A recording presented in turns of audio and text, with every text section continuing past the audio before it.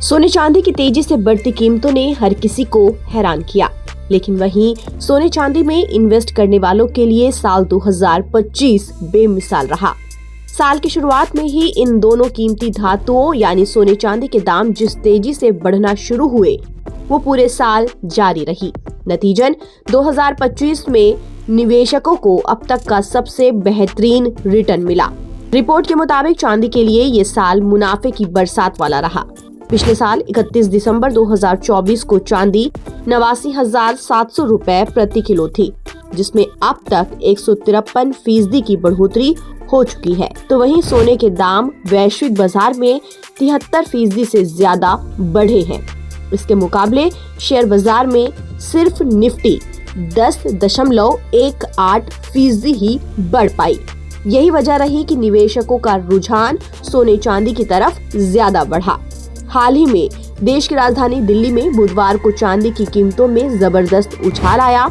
चांदी के दाम 9,750 रुपए की लंबी छलांग लगाकर 2,27,000 रुपए प्रति किलो के नए रिकॉर्ड लेवल पर पहुंच गए। ऑल इंडिया ज्वेलर्स एसोसिएशन के मुताबिक अंतर्राष्ट्रीय बाजारों में चांदी की कीमत $72 प्रति ओंस के पार निकलने की वजह से स्थानीय बाजार में ये तेजी देखी गई है। वहीं सोने की कीमतों में मामूली गिरावट रही। 99.9% शुद्धता वाला सोना 50 रुपए गिरकर 1,40,800 रुपए प्रति 10 ग्राम पर बिका।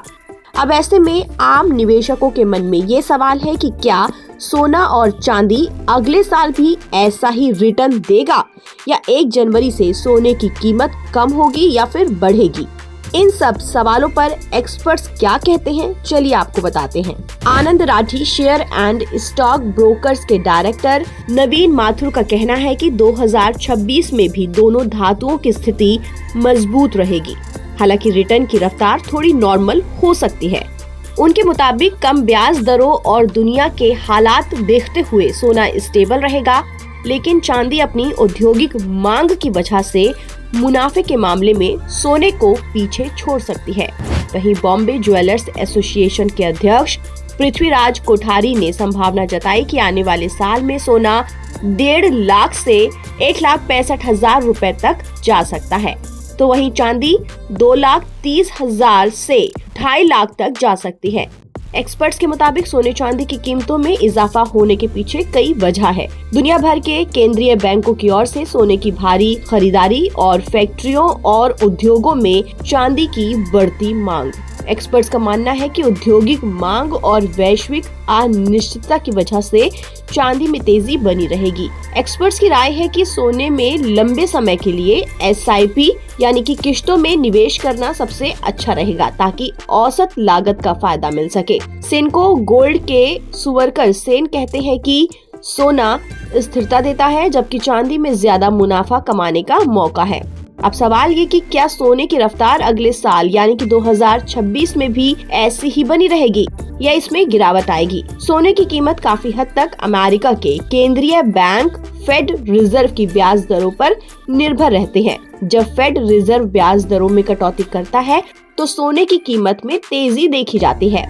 फेड रिजर्व ने हाल ही में ब्याज दरों में कटौती की थी, जिसके बाद सोने की कीमत और बढ़ गई। साल 2026 में भी फेड रिजर्व ब्याज दरों में कटौती कर सकता है। अमेरिका के राष्ट्रपति डोनाल्ड ट्रंप ने भी इस बारे में बात की है। उन्होंने कहा कि अगर बाजार अच्छा चल रहा है तो वो चाहते हैं कि फेड का अगला चेयरमैन ब्याज दरों को कम करे।